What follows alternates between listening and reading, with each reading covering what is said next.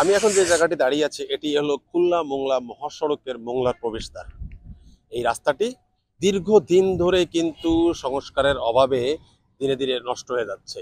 আপনি যদি আমার পেছনে একটু খেয়াল করেন দেখতে পারবেন যে রাস্তাটি কত বাজে অবস্থায় আছে।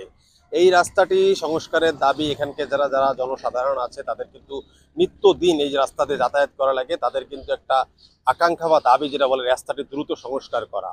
এই রাস্তাটির পাশে কিন্তু আছে একটি নেভি স্কুল, বেশ কিছু কলকারখানা, ফ্যাক্টরি, নৌবাহিনীর হেডকোয়ার্টার, মোংলা মোংলা বন্দর, মোংলা ইপিজেড। মোংলা বন্দরের যে পণ্য আমদানি রপ্তানি হয় তা কিন্তু এই রাস্তাটি ব্যবহার করে হয়, কিন্তু এই রাস্তাটি দীর্ঘদিন সংস্কার না করার ফলে কিন্তু প্রায় নষ্ট হওয়ার মতো হয়ে গেছে এবং প্রতিদিন যারা এই রাস্তাতে যাতায়াত করে তাদের কিন্তু যাতায়াত করতে খুব কষ্ট হচ্ছে বলে জানিয়েছে জনসাধারণ। রাস্তার যে অবস্থা, বৃষ্টির কারণে রাস্তা অনেক ক্ষতি হয়েছে।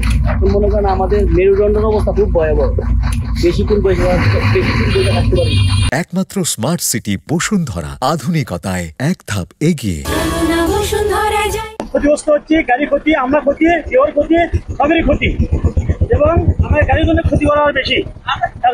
আমাদের জীবনের ক্ষতি, মানজামুদার শেষ আমাদের 2 ঘন্টা লাগা 4 ঘন্টা লাগে যাইছি।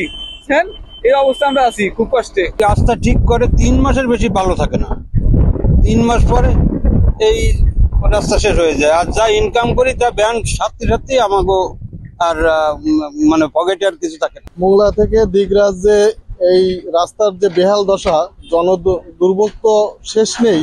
সে সাথে আমাদের যে আমরা এক্সপোর্ট কোয়ালিটি যে কাঁকড়া শিপমেন্ট হয় এর জন্য আমাদের দারুণ ক্ষতি হচ্ছে।